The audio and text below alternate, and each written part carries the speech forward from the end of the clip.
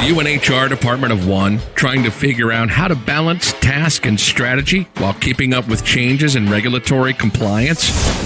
Do you need a fresh outlook on old topics? Then stop what you're doing, grab your coffee, and get ready to recharge. If you have people, you have problems to solve and things to do. Your host is Brenda Neckvattle, a 20-year human resource professional, ready to explore the HR industry with veterans of business and life with fresh eyes and new ideas. Learn about the rapidly evolving changes in employment law around the country, as well as new tactics to deploy and build engagement in your workforce. If you're looking to implement new practices to make your job easier in HR, then this podcast is for you. Welcome to the Best Practices in Human Resource podcast, folks. If you guys are joining for the first time, welcome. I'm excited to have you here. We're going to have an epic episode as always, and really excited that you guys are here. So thank you very much. And if you are a returning listener, you guys just rock. Week after week, time after time, episode after episode. Thank you for walking the walk with me and joining me every step of the way. I'm getting a chance to actually meet people who are writing in on the podcast and having some fantastic conversations about things. And I'm going to share with you where that's happening, how it's happening, and it's pretty spectacular. I'm here to help share with you the what in the how in human resources, and I'm in the human business. That means that there's a greater number of dynamics in the workplace to really find balance and manage with. But most importantly, today we are going to talk about everybody's favorite poster updates. Woo! We've got employment law changes across the nation that I'm going to share with you later in the show. I'm going to tell you where you can actually get access to this information. Our main topic today is using emotional intelligence to support your veterans workforce with Inez Barberio. She's awesome. She rocks. Also, we've got a spectacular special guest spot with the Honor Foundation CEO, Matt Stevens. You guys know, you've heard me talk about it, that this is where I do a lot of volunteer work. My heart is totally wrapped around this organization. I've met amazing people here. I cannot wait till you guys hear from him what this is all about. We're going to talk about some what we got going on, upcoming events, what's coming down the pike, and then also how to get best practices delivered directly to your inbox. Now, folks, before we go forward, that the information available through this podcast is, in fact, for informational purposes only and not for the purpose of providing any form of legal advice. You should contact your attorney to obtain legal advice with respect to any particular issue. If you do not have an employment attorney, reach out to me and I will be able to possibly help refer one to you through our affiliates program and our friends over in Jackson Lewis. So the good news is that we haven't really had any poster updates since the beginning of the March. But if you are just now starting to tune in, I will give you an update. We're going to go back to February. So in February, Michigan, Kentucky, Nevada, Vermont, Colorado, you guys had poster updates that kicked in, and those went into effect either going back to the 1st of February or sometime within that month. No additional poster updates have taken place since since March and April or May. And so that means that come mid-year, and it kind of depends on what's going on with, general assemblies and state legislative bodies, that we will likely see more of these updates as we get to mid-year terms. Typically, January and July are the months where we see a lot of engagement and a ramp up of employment laws that have been passed. So more than likely, we're going to see some poster updates there. So now probably the biggest question that you have on your mind is, okay, so if I need to get a poster, where do I go about getting it? It's probably the one thing that you're losing sleep over, right? Well, there's actually a place where you can get it, and you don't have to worry about these folks sending you any crazy emails saying that, oh my gosh, you're out of compliance, panic, freak out. They don't do that stuff, okay? These are awesome folks. I've worked with them now for 2 years. I know them directly and personally, and they're really good people. So you can go to the Labor Law Compliance Center and their website, and you can actually link to them by going to the bestpractices.work website. Click on the affiliates tab, scroll down, you'll see Labor Law Compliance Center. You're also going to see a code that is there that you can go ahead and use to get 25% off your poster purchases. You can only get that through the bestpractices.work website. They're good people. They get that information out to you as soon as possible, and you'll be squared away. All right, enough of that. Okay, so let's take a look at what's going on across the nation. We do have a lot of updates that are coming down the pike. Some articles we're actually going to post on the dedicated coronavirus webpage of the bestpractices.work website. So if you want to access this information or you want to review it for yourself, you guys are more than welcome to. So the Equal Opportunity has weighed in on employer testing as it pertains to the COVID-19 pandemic. So if you guys are doing temperature testing, then the EEOC has weighed in on it, but it doesn't necessarily mean that it absolves you from all the risk. It just means that the EEOC has weighed in, okay? The Ninth District Court holds that employers may be able to provide a standalone background check disclosure currently with other documents. So if you guys are doing standalone background checks, then there is some information out there from the Ninth Circuit Court that might be able to give you guys some assistance. Also, you believe it or not, the U.S. Supreme Court will finally weigh in on the scope of Computer Fraud and Abuse Act that has been on their dossier for a little while, and we're about ready to get some updates on that as well. Also, some states have created presumptions for essential workers to become eligible for workers' compensation benefits during the pandemic. So you may want to keep up to date on what's going on in your state specifically. Under OSHA has released some information, and this is one of the articles that we're going to put up, called Navigating Employer Obligations to Provide Employees with Masks and Face Coverings. Also in California, there has been supplemental paid leave to be made immediately required in the unincorporated Los Angeles County area of the state. Over in Colorado, they have expanded coverage and the amount of leave under the Health Emergency Leave Pay, also known as HELP, and their rules. So you guys are going to want to double check that. Connecticut, face masks are the rule in the Connecticut workplace. If you're in Connecticut and you are not up on this, you guys haven't yet opened, make sure that you tune into that. And then over in Delaware, the governor has issued an order imposing obligations on businesses regarding the use of face coverings as well. Over in Illinois, totally has nothing to do. We hit one. Has nothing to do with the COVID-19 pandemic. Illinois Department of Human Rights has released model sexual harassment training. So if you're in Illinois, definitely check that out.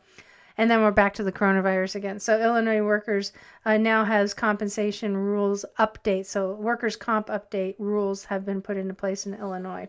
And over in Illinois, there's a judge that has issued a temporary restraining order regarding that very same thing as a rebuttal, as the COVID-19 rebuttal presumption emergency rule. So there's a lot of strife going on as to whether people are, there's a lot of people that are actually trying to get covered under workers' comp as it pertains to the coronavirus.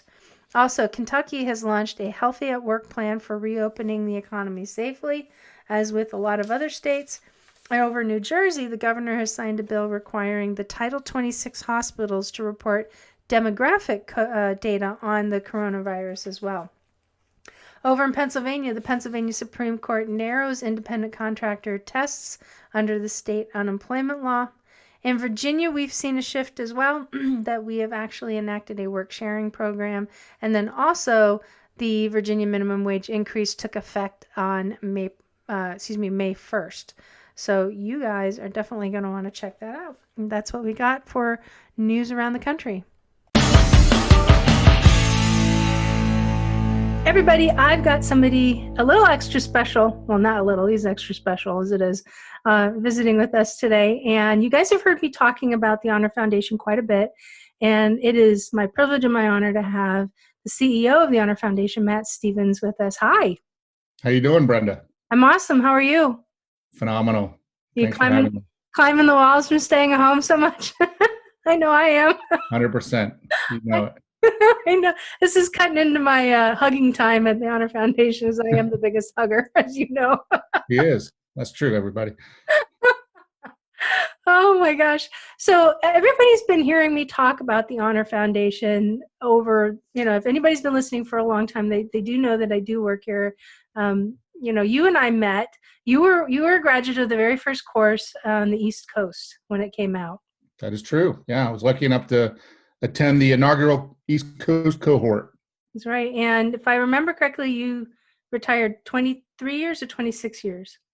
I spent 26 years in the SEAL teams. 26 years. And you retired as a captain, and now you're back into a phenomenal leadership role. And I know as just being a volunteer, it's really great to see you at THF in the position that you're in. I think you're doing great things. Thanks. It's really come full circle, and I'm happy to be here and humbled to be part of such a high-performing team. That's awesome. So can you do me a favor? Can you please share with people your perspective from both being a participant and in the capacity that you're serving right now, what life is like at the Honor Foundation, what the mission is, and the direction that THF is going in? Sure. First, I'll say that all U.S. Special Operations Forces really operate at the tip of the spear. They're the vanguard of our nation's military, doing the toughest missions. They have the most rigorous selection, assessment, and training programs on the planet. And these are selfless servant leaders who operate in complex and dynamic team environments to achieve no-fail missions all the time.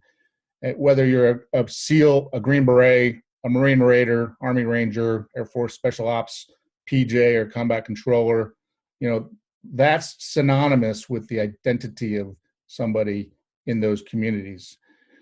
And so for this and other reasons, 97% of the folks transitioning out of the special operations community say it's the hardest thing they've ever done, harder than going on combat deployments and harder than the long family separations. So the Honor Foundation was created as a transformative program to help these guys and ladies successfully navigate the career transition from elite warrior to the private sector and to find honor, purpose, and passion in their private sector lives, the next chapters, whatever it's going to be. And in a nutshell, that's what we do. I can talk to how we do it if you want to hear that. Yeah, that'd be great. So the Honor Foundation is a world-class transition institute for the special ops community. And we do help them navigate the transition from military to their next chapter in the civilian life. We do this through a 3-month program, which provides tailored executive education, one-on-one coaching, access to a nationwide professional network. It's built on the desire to serve others with honor for life. So their next mission is clear and continues to impact the world. And we provide the tools to maximize their potential and prepare them to succeed on their own. So when you went through, what would you say was your biggest and best takeaway from the program? Well, when I went through, I had zero expectations, didn't know much about the program, but wanted to give it a shot because I hadn't thought about myself in about 25 years. And I figured that I could learn something from an organization that was focused solely on helping people transition. I had no idea what I wanted to do. I had a pretty good idea of what I didn't want to do. And the Honor Foundation really forced me to be very introspective, spend a lot of time thinking about what made me happy, not necessarily a team, but what was good for me and my family, and really drill down into trying to figure out my purpose on the planet post-military. It's pretty easy while you're in the military to figure out what your purpose is because you put on your uniform every day, and no matter what you're doing, you're supporting and defending the Constitution of the United States. And moving into the private sector where I had that choice was really tough to figure out what was going to make me tick outside of the uniform. And so the Honor Foundation's whole first phase is focused around figuring out your why, figuring out how to talk about yourself in a respectful manner, and really digging into that before you try to attempt to get a job, a high-paying job that maybe doesn't fill your cup. So for me, that was the absolute biggest takeaway is drilling down at the purpose and for what was going to fulfill me. Mm-hmm. So there's a number of ways that companies can get involved with the Honor Foundation. And can you elaborate on a couple of those things? I know one in particular is you guys are a nonprofit organization, and donations to keep this amazing program going, even now, are greatly welcomed. And I know that's a focus right at the moment. Yeah, 100%. So keeping the organization running on the fuel it takes to do this, because we don't charge the service members anything to go through the program. we don't take any government money because we want to maintain flexibility and agility in our programming. So frankly, financial resources are our number one need right now. It's pretty easy to donate. Anybody can go to honor.org and there's a donate page there, or you can reach out to my development director, contact us directly, and we'll get you set up. But we'd love to invite you to be part of our mission to do that. That's awesome. And we're coming up on graduation of another class. We are. We're going to Amazing. graduate 44 people from the Virginia Beach cohort next Tuesday, the 12th of May, and on that same day we start the next virtual cohort. Yep. Yeah. So we got 4 campuses technically. Well, not technically, in reality, we've got the Virginia Beach, we've got San Diego, we've got down in North Carolina supporting MarsCom, and then we also have the virtual campus. So we're now to a point where we're almost basically nonstop. Yeah, the Camp Lejeune campus supports the Marine Raider community, or MARSOC, and anybody from the SOCOM enterprise is welcome to attend any of the classes. It's a little bit easier for folks not physically located where one of those 3 physical campuses to attend the virtual campus, which is open really to anybody, and it supports a large majority of our Army Special Operations brothers and sisters, as well as our Air Force brothers and sisters throughout the world. That's awesome. All right, gang. So you heard it. So sponsorship, donations, time and resources. This is what the Honor Foundation is about, and we encourage our fellows to reach out and connect with different executives and different people in their fields of interest, so that they can start learning about what they get involved with. I know I get really busy around resume week in Virginia Beach, but it's a lot of fun, and it is probably one of the most fulfilling things I've ever done. And it's a thrill. It's a thrill to get to see you there on a regular basis as well. So. Well, thanks for all you do, Brenda. We really appreciate it. And we couldn't do it without the tribe of volunteers who support us, either teaching classes or volunteering as coaches and mentors across the country. So thank you very much. Thank you.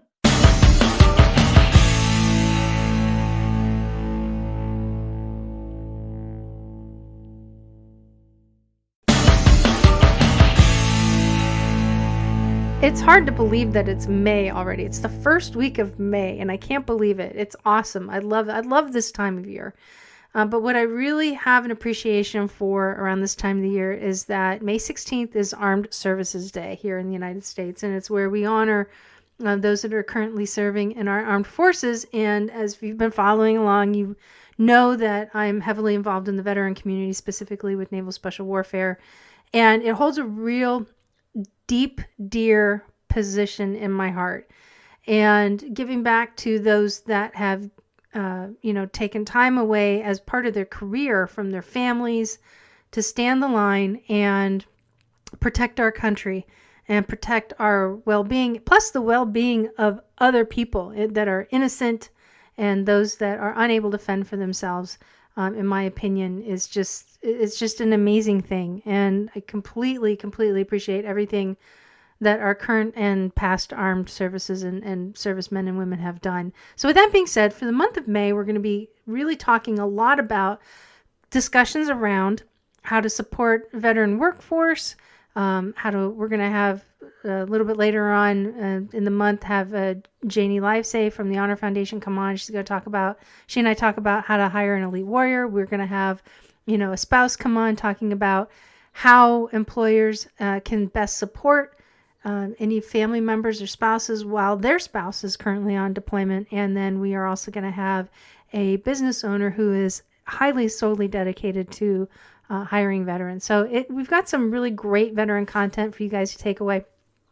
And what comes with that, and this is why I want you to prepare you guys, is that what comes with that are going to be some pretty sensitive conversations. And, this podcast is very much about keeping it real. We deal with real-time issues. We deal with real issues. We don't deal with a lot of ideology and the I wishes and we actually deal with actionable things. And for those of you who are in HR, you know exactly what I'm talking about. You can't get something resolved on a wish. It's just not going to happen. And that means that you have to have uncomfortable conversations. So in this episode, I've invited Inez Barberio onto the show, and she's phenomenal. She's a specialist in her field on emotional intelligence. She focuses on diversity and inclusion.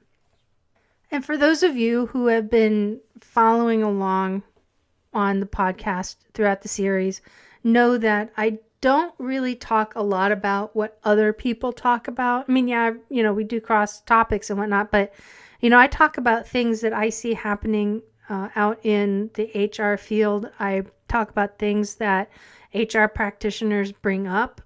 I talk about things that are problematic, that are some of the hardest things to talk about and to experience as an employer. And a lot of it surrounds our attachment and our emotions to how these things come out.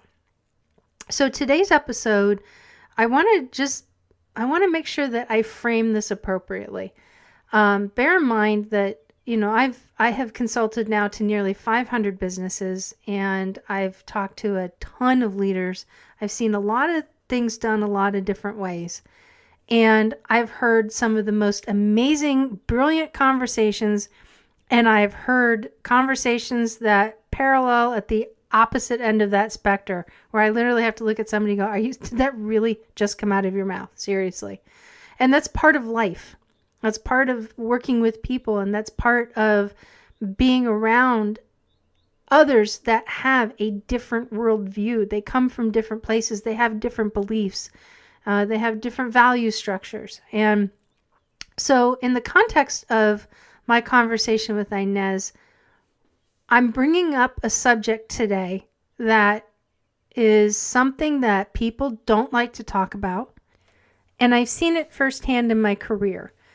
It was some subject matter that I had to address with a couple of veterans. And trust me when I tell you that these veterans do not represent the whole veteran populace. But nonetheless, I had a situation where I had a couple of veterans that, based off of their wartime experience, held a significant amount of animosity towards individuals over the Middle East, and understanding that, yes, they were up against a more radical mindset rather than members of faith as a whole.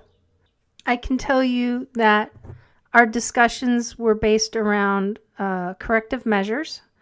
It was based around helping them work through how do they work in an environment when they vehemently, this is very honest stuff, they vehemently have hardships with the individuals that they were working with.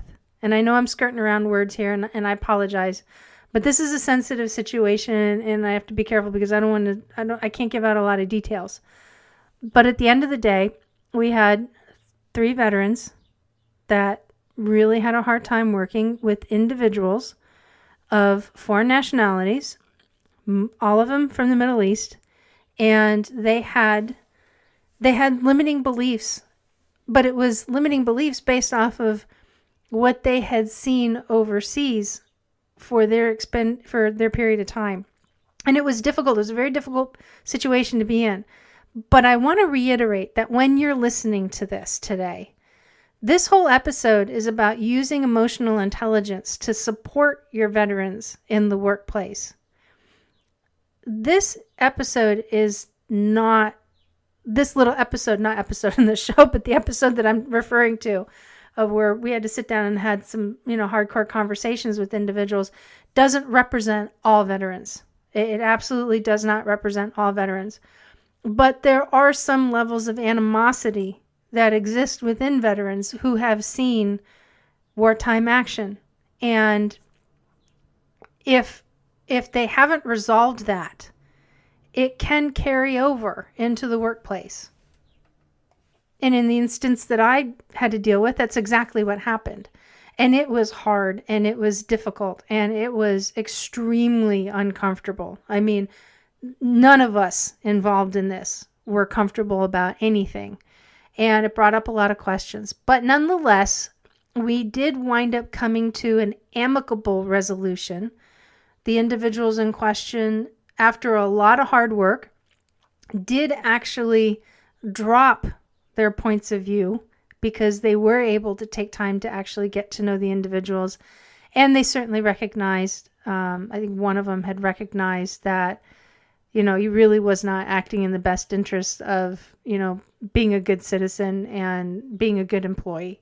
The other two decided that, they needed to go pursue other avenues and other ventures. And, we wished them the best of luck and everything was fine in the end. But, I want to be very careful. I'm not here to spin yards about what a particular protected class is or isn't. I'm not here to plant notions in people's heads that a whole populace of individuals act and behave in a specific way because of something that has happened to them. That's not something that I talk about. And I think if you guys have been listening long enough, you know what I'm about. It's about bringing real hard, difficult, tough people issues to light and giving you some talking points and some tips and tools and tricks that you can use to help work your way through that. So this is, and be honest with you, I considered actually not putting this in the segment, but the more I thought about it, and based off of that situation that I went through and that situation that I had to manage, it just resonated to me that it is real and it is something that we have to talk about, because if we don't talk about stuff, it just gets swept under the carpet and it doesn't serve anybody, and there's no purpose to it. And any leader worth their salt knows that everybody's going to have differing opinions about everything in the world. And the goal is to get everybody to come to the middle so that we can all move forward. I mean, if that is the best case scenario that happens and chunks of information from this episode help make that happen, mission accomplished. So I just wanted to be very, very clear that this episode is not putting anybody down. This episode is talking about very loosely around a sensitive situation that as an HR pro had to handle. I've had to handle a couple of situations of, misconduct with veterans, and some turned out great, some didn't turn out great. But that's the nature of what we do in human resources. And I know we tend to want to push up the positive in our world because positive does make things go forward. But if you don't address issues head on, then you know what, you're just going to be cyclical. So with that being said, it is in the best interest and the best intention to provide you information that if you were to encounter a situation like this, how do you go about dealing with it?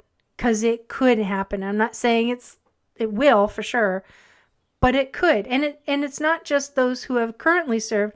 It's going to happen, the next conflict that we have in the future.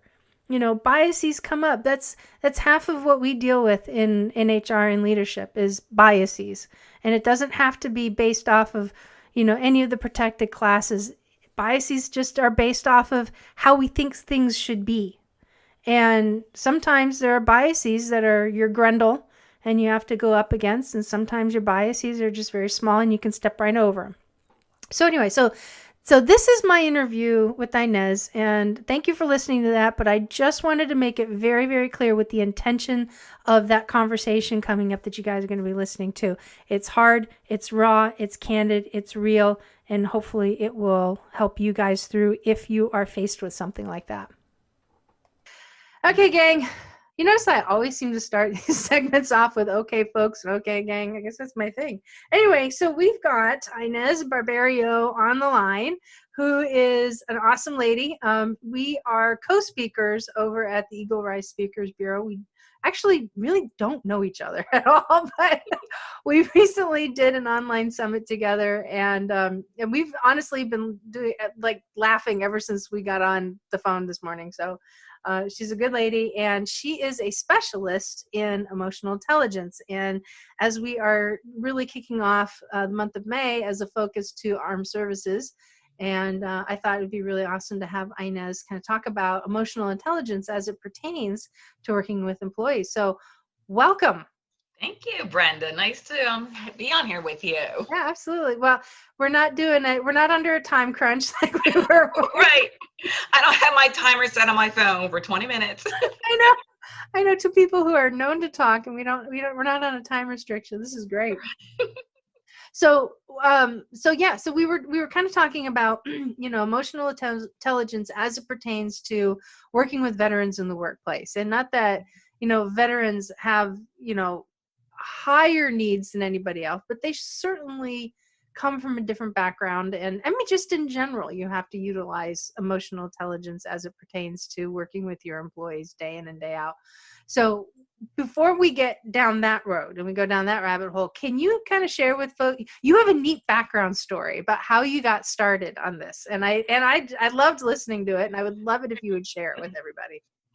Well, I've been studying human behavior for the last 14 years, and that actually started because I was pregnant with my second son. I was going to say you became a mother. Oh, no, the second time. And my older son was 14. So I had a 14-year age gap going on there, who was going through that whole like preteen miserable. The next 4 years are miserable, to be honest with you. And then, of course, my husband, so trying to manage all three very different situations going on.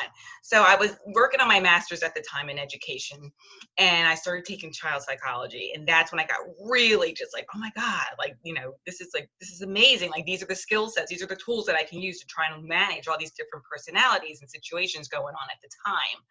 And so I kind of started that in an effort to kind of find a solution for me on how to manage everybody and my own sanity as well. And then as time went on, so I was a stay-at-home mom for a while. And then about 4 years ago, I was introduced to my mentor and good friend, Jen Groover now, who has been like the queen of emotional intelligence for the last 20 years. And I took a certification course with her, and just wanted to learn more about it, more about me, and learn how to get, over these self-limiting beliefs that I was carrying throughout my life. And literally, it was a huge game changer for me. It was like I kind of shed the old Inez and the new came out, more positive, more optimistic, more aware of not just myself, but everybody around me. And then she kind of, pushed me. She's like, Inez, you're really good at this. Why don't you make a career out of it? And I was like, who, me? Now, going even farther back, I'm a person that was super shy. I didn't even like to, when my husband and I first met, he would make fun of me because I was too scared to even pick up the phone and order a pizza. Okay, like I wanted zero attention. You could not convince me of that. That's how you were. Actually, today's our 16-year wedding anniversary. So he'll tell you himself. He'll be like, what happened to Shy Girl? And the thought of becoming a consultant, becoming a speaker, getting out there to share my story, to help other people overcome their difficulties was just really foreign to me. Mm-hmm. But through her guidance, I was able to overcome those self-limiting beliefs and end up finding that this is something that I really love to do. Like I enjoy it. Like I like getting myself out there now. Now, I'm always like, I still get those butterflies in my stomach, 2 minutes, 5 minutes before I get up on stage. But literally the minute my mouth opens and that first word comes out, it just flows nice and easily. And the greatest reward I get out of it is when other people come back to me and be like, thank you so much for sharing that story, or I really related to this. And, because of you, I feel like that, I can make a positive change in my life as well. And that's what keeps me moving forward to continue down this journey. That's awesome. I think that's great. But you yourself have experienced some stuff in the past that you were talking about, mm-hmm. Because of your ethnic background, which I thought was really interesting. Well, I'm Puerto Rican and Chinese. So another part of my, with emotional intelligence, I also speak a lot about diversity and inclusion. Right. Being a female, being a minority. My mother's an immigrant. I used to be on welfare when I had my first son. I was a single mom at the time. So I had all these different labels, that were attached to me and who I used to define me at the time. And you go through life living with these labels, thinking that's who you are because society has placed them on you. Where when you start really diving deep into who you are as a person, you realize now you define who you are, not the external sources at all. Right. But I think that's a great pickup point right there. So go back to what you were saying about how society makes these definitions. And, we pull together EQI and we pull in, diversity and inclusion, which I don't talk a lot about because I'm not going to say that it's not important. It is important, but I don't talk a lot about it because it's so oversold. And it's like every time you look up anything in HR, it's all diversity inclusion. Well, there's so much more to what we do than just that. So I don't really typically go down that path because everybody else is talking about it. I'm going to go over here and talk about what's important here too.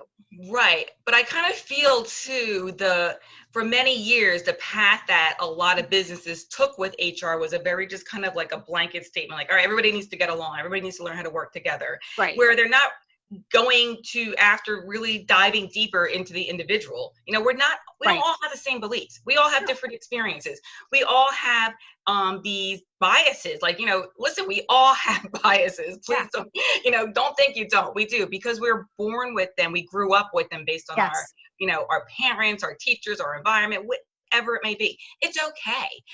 It's just learning to recognize them. And I think today, as we move forward with diversity inclusion, businesses are beginning to kind of like realize that there's a whole individual aspect of it. There's a whole empathy aspect of it.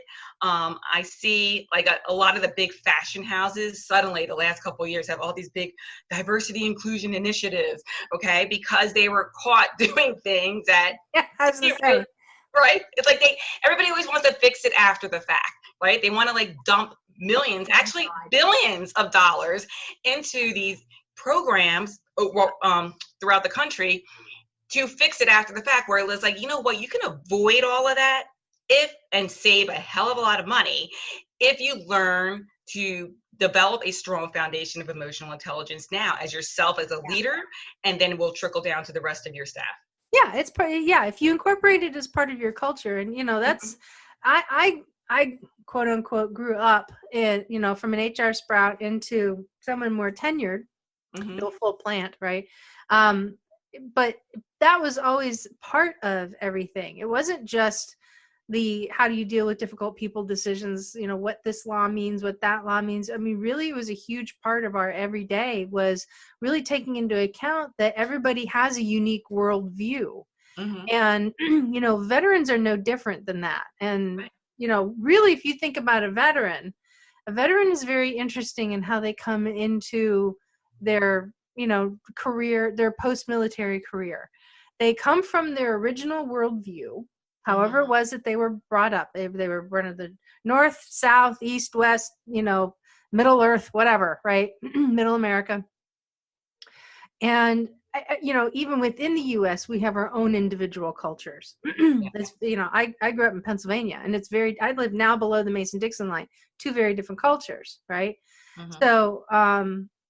So you've got people from the military that come into an environment where, they kind of are forced to take their worldview and modify it because of duty and of, direction that they take. But then they get a little exposure to the world, and now they go into another environment after their military career, doesn't matter how long it is, and now they have to adapt and adopt their current worldview and figure out how they plug in and fit into this new environment that is not autocratic. Right. And that is weird for people. It's strange. It is. And it seems like our worldview is changing rapidly too. So it's kind of hard to keep up with it, right? My father is a vet. He was in the Air Force his entire life. So he has a very structured way of living. That's how we were brought up. And I would say like he was more of my foundation, my rock on discipline, because that's how he went into the military when he was, just a teen, because he grew up in the Bronx, And his life was just like he watched his one brother like get involved with, drugs, and he had another brother. Like, they were just doing things that were not good. He's watching friends die from, bad life choices. So he decided to go into the military to make a better life for himself. Yeah, And thank God escape all of that. Yeah. And that really affected him. But then, once, of course, when he retired and too, it's like, it's a whole, he has all these amazing life experiences, but now it's like, all right, that's now the past. Now let me where do I fit in now after this? Yeah. Yeah. So that's a big question, is that every veteran asks, where do I fit in now? I mean, that's perfect. They will continually ask that. I mean, one of my best friends on the planet, he's been out of the Navy since 2000, and he and I met, we met in 2011, and he had just gotten out of the Navy, I think 2010, and he still has it in his system that this is not how we did it in the Navy. And I'm like, baby, you've been out of the Navy for almost 10 years. Just adapt, will you? Right. I think you've had enough time. Well, I think that's what emotional intelligence really comes in too, to be able to look at different perspectives, to be more adaptable. Yeah. Because, a lot of it, for better or for worse, a lot of us have that fixed mindset, right? We think this is the way it is, and my way is the right way. Everything you guys are doing is wrong. But then the other side's thinking the same thing too. So when you start studying and practice emotional intelligence in your everyday life, you learn to have a growth mindset and say, wait a minute, there is more than 1, 2, 3 ways of doing things. There's different perspectives of things. Don't take everything at face value. Take your time to research, learn, ask questions, listen, understand. And we live in a society too that we become afraid to ask questions, because a lot of times if somebody disagrees with you, if they're not EQ based or open to different perspectives themselves, they may very well attack you. And that's a really uncomfortable situation to be in. Yes, it is. And that goes both ways too, because you can have, to a certain point, anybody that served in the military is used to working within a team. Mm-hmm. And depending upon, where you come in the military, some of those teams there's always a quote unquote brotherhood, right? Yes. But then you look at, Naval Special Warfare, for instance, that team, when you talk about SEALs, which is who I do a lot of work with, they have each other's backs even when they don't know it. They have that level of confidence that this guy's going to have my back regardless. And then they go back, then they go into the world, and then they recognize that isn't so much true, but they their perspective is different, because they're not just isolated within their own community or within their own operational group. They have to also work with submariners, and they work with, air support, and they, debrief, leaders of foreign nation, right? And ambassadors. And they work at the embassies. And they do things to where they have a more worldly view than most people I want to say this, I want to be very careful about how they say this. Not that they don't get a wider view of the world. They just have different experiences, because they have to work collaboratively with so many different people, so many different countries, so many different influences, that that their ability to do that is much stronger than somebody who's, let's say, for example, grew up in the Navy, left as an E5, and only worked on aircraft carriers. You know what I mean? It's like their exposure to things is a little bit different. And so that's all they know. Or they got 20 years working in the fleet. That's all they know. And they work on. That's what we say too. First of all, you use a really important word with experiences, right? Yes. We are all based upon the experiences that we have in life, especially with the military, because even though just because you're in the military, like you just said, there are different experiences within the military, depending on your position and title that you have. And that we always say that too with emotional intelligence, you know what you know. And yes.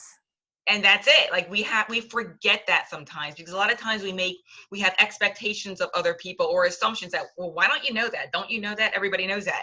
No, they don't. Yeah. I know. I have a client, they have one person that can't seem to fill out a damn time card. I'm like, how do you not know this after working in the industry for 40 years? That's a little bit different. That's just behavior. But you're right. It is, they know what they know. And now when they come into and they are institutionalized at that point. I think that's the key that a lot of people don't maybe necessarily take into consideration, is that when you have somebody that is that institutionalized, you need to take a longer path to getting them to where they are, where you need them to be. Yes. And I mean, think about even us who have not been in the military, right? How hard it is to change a belief system within our own personal lives. It could be anything. It could be something as, raising your kids, or, your political views, or, whether or not to go to college, stuff like that. We all have our belief system. So when somebody's trying to make you more open to another one, it takes us time to kind of like understand it. So obviously with somebody who's really been, institutionalized in the military in that way, I mean, that they had to be that way to survive, to protect our nation, to protect each other. So you can't just expect them to like change their views or habits overnight. It's definitely a long process. Yeah, it is. And you also have individuals that are reluctant to change because change is creepy and change is scary and it's uncomfortable. And boy, you really have to face yourself when that happens. And so, every now and again and this is true just for everybody. It's not just veterans, but when you're trying to get somebody to do something, I think this is where you also have to really figure out how you use emotional intelligence to gain that required buy-in. And it ain't going to always be pitched on the first time. No. And that's when we have to really take the time to listen to them, right? To listen to really understand. And because you can't just tell somebody to do something. You have to understand what their belief systems and background and experiences are on their own. And it is only then that we can begin to understand ourselves. I mean, I've been studying human behavior for the last 14 years, focusing on emotional intelligence the last 4 years. I've not mastered in it yet. I'm still learning every day. There's a new experience coming my way that I have to ask myself.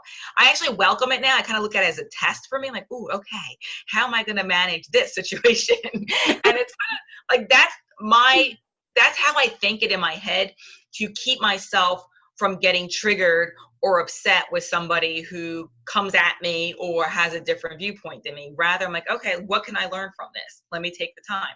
Doesn't mean I'm going to agree with it, but it gives me the opportunity to learn and expand my mindset. Yep, absolutely. And it's interesting because we talked about this off camera for a few minutes, offline, and that was not everybody wants to hear everybody else's perspective. No. And we're seeing a lot of that happening on social media right now. Oh, Lordy. With our situation. And my way of dealing with it, like if you want to have an open discussion, I'm all for it. But if you want to just kind of put like a passive aggressive, like these memes seem to be really popular right now, and something that's coming from a place of like hurt or to hurt somebody else, I don't have time for that. I just mute.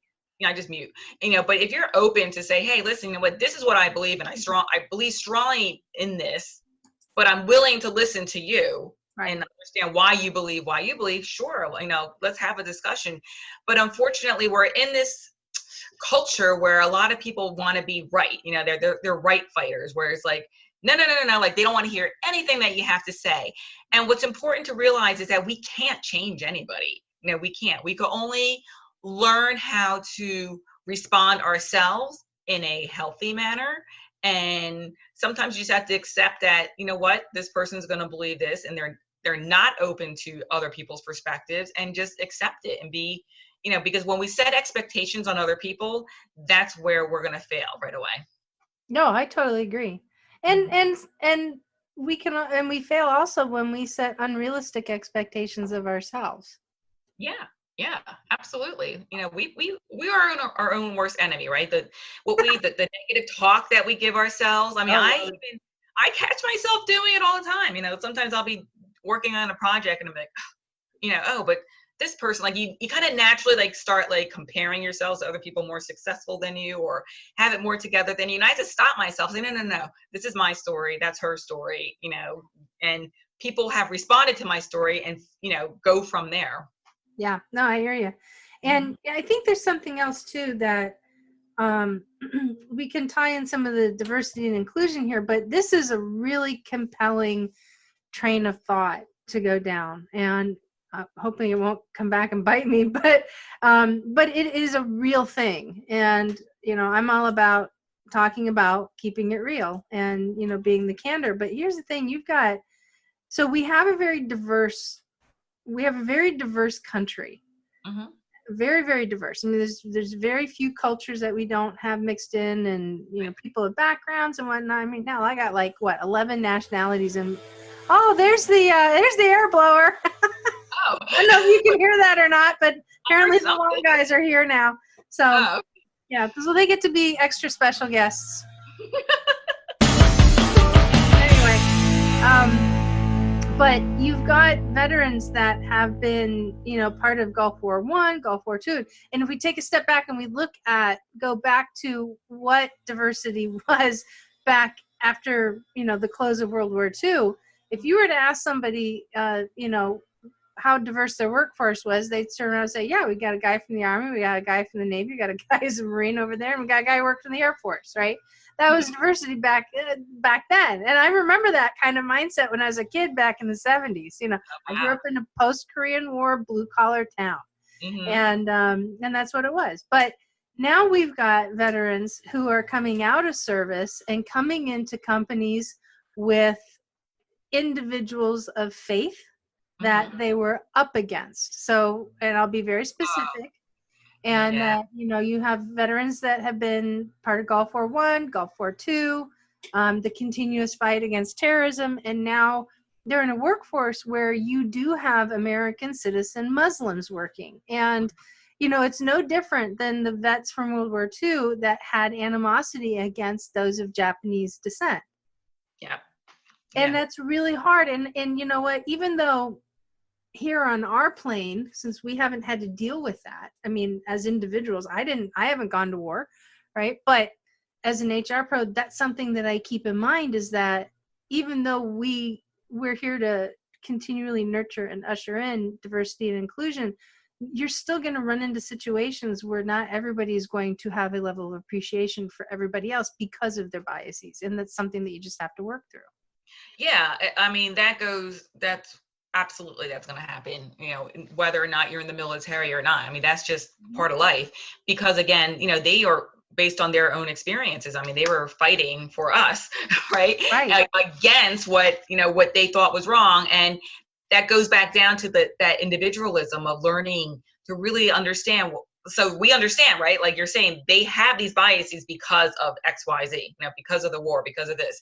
And it's taken the time to understand that not everybody is the same. Not everybody is the enemy. I mean, it's really unfair to say that, but even though they're conditioned that way, and we have to understand what their experiences were, and then try and somehow open the conversation to understand what, you know, that the people that you're working with now are not the enemy, you know, and be open to ask questions, like give them the opportunity to ask each other questions of why you feel this way, and, you know, how can we work together, and understanding a level of empathy. Yeah.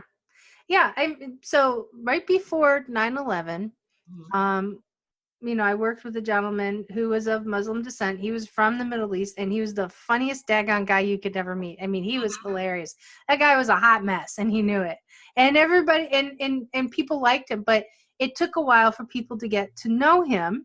Yes. And then 9/11 happened, and that was one of the first things that I watched for, was how was he going to be treated? Yeah. Because let's face it, I'm sorry, we have individuals that just go down that path. Yeah. And you know, I spoke to the general manager at the time, and I said, you know, I'm concerned about this. I'm concerned about how he's going to be, how he's going to feel, and you know, what comes next. And we did have a few veterans that I remember kind of took a step back, but they kind of stepped forward immediately again. Mm-hmm. because they weren't necessarily part of that. But again, they just, it was watching that instinct come into play. And I never forgot that. I never forgot that. Yeah. Just watching that shift. And then, he was a little isolated, but, then they bounced right back into knowing him that they've always known him as, Well, that's because they had experience or a relationship Right. with him already, which is important. And so I'm reading a book and called Stronger Together. And the one girl that's in my book, I got to meet her years back. Well, her father is of Muslim descent, and her mother is from Ohio. And Right. so she looks just like a white girl. You don't realize she's, half Muslim at all. And she was telling me this story about after 9/11, all the horrible things that people were saying about Muslims in front of her, but not realizing that she was Muslim, and how painful it was to her. Yeah. And how when they were at the airport, because of her last name, that they were singled out. And she was like telling me the story how they took all their luggage and just opened it up in front of everybody, because people were living based off of fear-based mindset. It was fear, and fear is a natural thing. But we have to give it time to let it work through our prefrontal cortex and say, well, what actually am I fearing? Do I really fear that this young girl is going to do something? Yeah. Maybe yes, maybe no. But I think based on experience, we start learning better ways to cope and manage with these fears. There's always going to be those that are going to be extreme.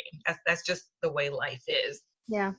But if we can be emotionally intelligent ourselves, then maybe we can have a little bit more empathy to understand where their fear is coming from and not take it personally. Yeah. No, I hear you. And you It's just, hard. It is. There's nothing easy about it. I mean, if it wasn't hard, we wouldn't call it work, right? Right. Please listen. People are always trying to figure out what my nationality is. That's really the number one question I get. They look at me like, what are you? Yeah. I like to mess around sometimes, be like, I don't know, Irish, and they're like, huh? I look nothing like Irish. I make people guess. But then there'll be people for instance, true story. I like cleaning my own house. Okay, people are like, how come you have a cleaning lady? I'm like, I just like cleaning my own house. I just really do. It's therapeutic to me. And my husband talked me into finally having a cleaning lady after living in our house for 14 years. And this was a few months ago. And he has this cleaning lady come in who actually did a great job. But then she starts talking about, I don't know, she was Brazilian, but then she started talking about Puerto Ricans and how she hates them and how terrible, mean people. And I was like, oh, and I'm like, quiet. And I said, I'm half Puerto Rican. You're talking about my dad and my family. And she's like, but she didn't let up. She's like, yeah, well, they're terrible, especially the men. See, that's an example of no emotional intelligence and not getting the flying crap.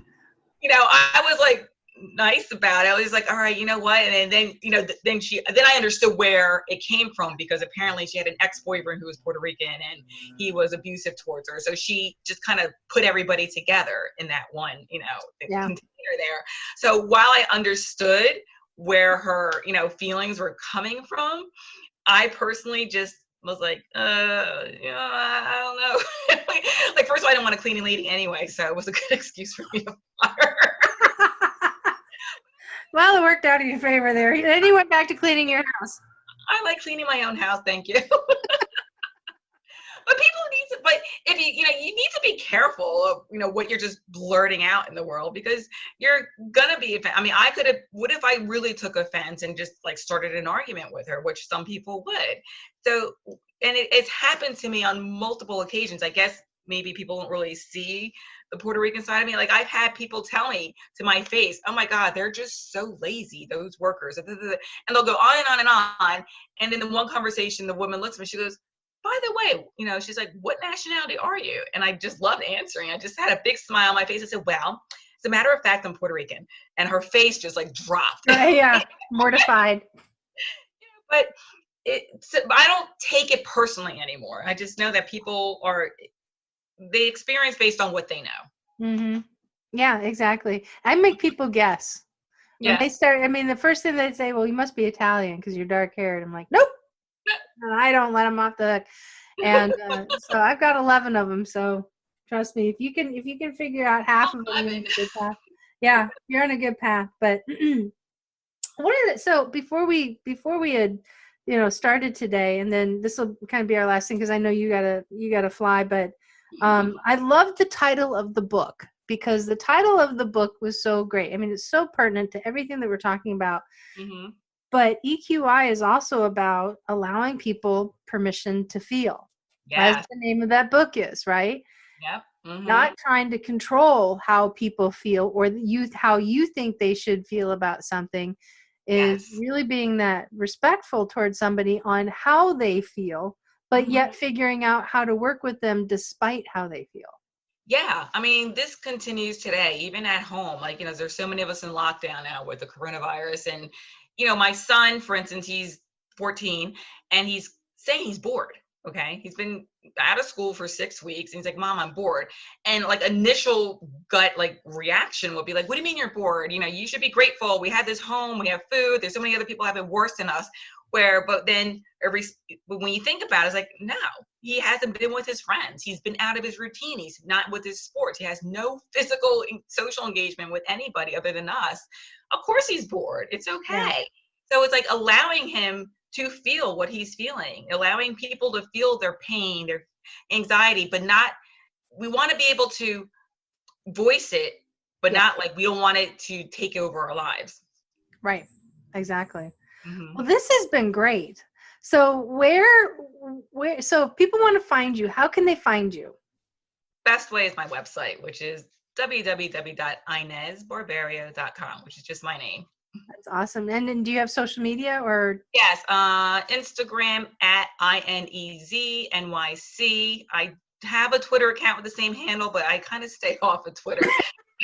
A little bit too much negativity in there for me. And LinkedIn. Yeah. I'm very active on LinkedIn, which is just my name as well. There you go. This is great. So I really appreciate you coming on. I'm really glad to have you on. And I think these are good nuggets for thought. Yes. For people who are listening to get out of their limiting self-beliefs if they have them, and we all have them, but really kind of explore it. Mm-hmm. Well, thank you very much for having me. It's been great. No, I appreciate it. Thank you. Okay.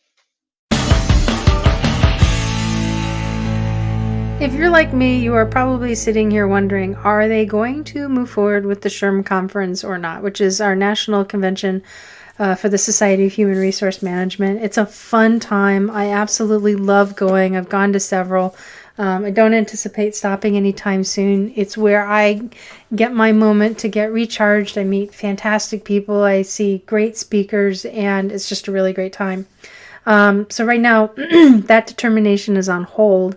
We were expecting the announcement to come out this past Monday. The announcement was that the announcement has been pushed back to Monday the 11th simply because they can't make a determination until they understand what the mayor of San Diego is planning on doing. And that announcement is coming out this week as far as reopening San Diego. So if it's not going to happen in June, if they do go ahead and determine that they're not going to have the convention or they move it to a virtual format, the next one will be taking place in 2021 in Chicago.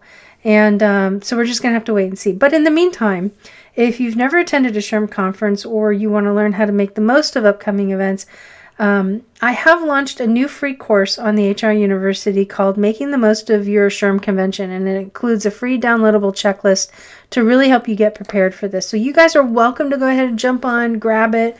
There's some pretty good nuggets of information. Again, it's free, it's complimentary, and you can watch it as many times as you want to, so that's not a problem. So we don't have much in the way of announcements this time. We've got, we're just kind of waiting in the balance to see what's going on with the SHRM convention, and if it moves forward, then I haven't yet determined whether or not I'm going to go. I think it all depends on what comes out on Monday, and then I can, think through all the details personally. But I'm on the fence. Just to be honest with you, I'm on the fence. If I do wind up going, then we're going to actually put together a networking event. So where if you're a listener, you're welcome to come in and, bump elbows. I was going to say shake hands, but we may be bumping elbows and social distancing still and doing all that stuff. But we'll figure it out. We will find a way. So we're not networking on Zoom or anything like that. But so whatever we're capable of doing, we'll do it. So, folks, normally we've been doing a little bit of an email me your HR question. This week, we're going to continue to forego it just for the interim. It is a part of our normal programming, but I want to get you some really good information out today. But I do have an opportunity for you to join us to where you can go ahead and ask your HR questions. So last week, those of you, like I said, you've been listening, you know that we have the Next Gen Women in HR community. And last week, we held our very first HR roundtable. And it was phenomenal. We had 24 people sign up. We had 12 people in attendance. We recorded it. We had everybody that ranged from, newbies have only been in the role for the, for 6 months to a woman who's there for 20 years. We had somebody from Canada show up, and it was awesome. And very excited about it. And it's actually going to be incorporated into something coming down the future, which I'm not yet ready quite yet to announce, but I'm getting there. And I'm getting there. I'm dropping that teaser. I'm so sorry, but I'm dropping it. And we have another one that's coming up, and it is only open to those who are in the HR community. In other words, our Next Gen Women in HR community. And we have a featured guest who's a spectacular guy. His name is Brad Patrick. He just retired as the Chief Human Resource Officer and Communications Officer for Valvoline. He's got a tremendous career in executive level leadership and human resources, VP of Delta Airlines during 9/11, VP of HR. Well, he's VP of HR for Delta Airlines during 9/11, VP of HR for Frito-Lay, Sara Lee. I think he was a CHRO for Gillette. I mean, just some very impressive organizations, and he's going to be on.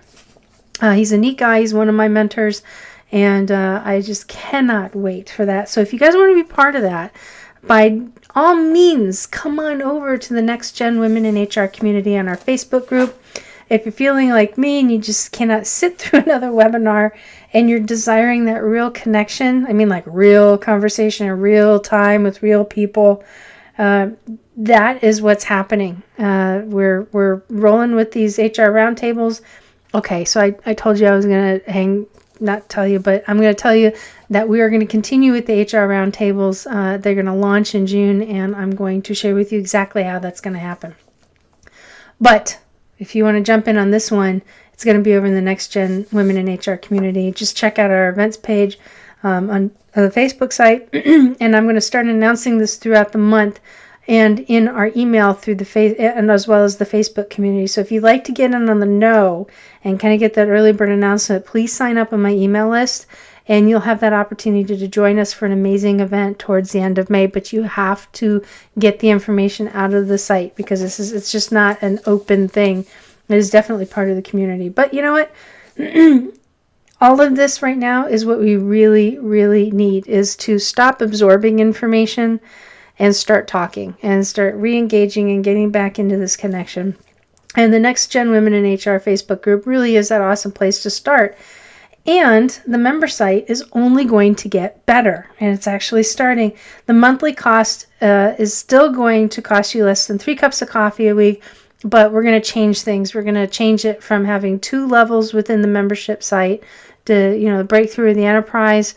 Had a chance to watch over the last several months what you guys are interested in, what you're not interested in, and we're just going to do away with split level. We're going to only have one basic membership site. It's going to cost you less than 3 cups of coffee in a week for the whole month, which will be great. So keep listening, make sure that you sign up for updates and information that I'm going to be sending out over the next few weeks, but we are going to be introducing a whole new level as well. And with that being said, if you want to figure out how you guys can follow me and stay connected, you guys can follow me on Instagram and Facebook at Best Practices in HR. Over on Instagram, you can find me on Brenda the HR Lady. Over on YouTube and LinkedIn is you can find me on Brenda Neckbottle. It's just NECK, like the thing you want to choke. V as in Victor, ATAL. You can also catch the new show that I'm doing with Suzanne Lucas, who is the evil HR lady. We had her on a couple weeks ago. We are now doing the Real HR Show. It goes live every Tuesday morning at 9 a.m. And if you miss us, then you can catch it on the replay. And that is at therealhrshow.com. And finally, you can reach me over at the bestpractices.work website as well. Make sure, though, that you click that connect button at the top of the page and get my best practices delivered directly into your inbox. So thank you again, folks, for joining me on another really awesome show. I'm so glad you guys are here. Thank you for listening through to everything. You can certainly see why, I wanted to frame the first segment or the second segment of the show properly and carefully, because we definitely want to make sure that we have, the right information, and, we're taking away stigma and doing all that fun stuff. So guys, look, have a great one. Stay tuned. We got really cool stuff coming in the next couple of weeks. And again, everybody who has served and is currently serving, I really want to thank you for your service and your dedication to this country and helping all of us sleep safer every night. Take care, guys. I'm out. We'll talk to you later.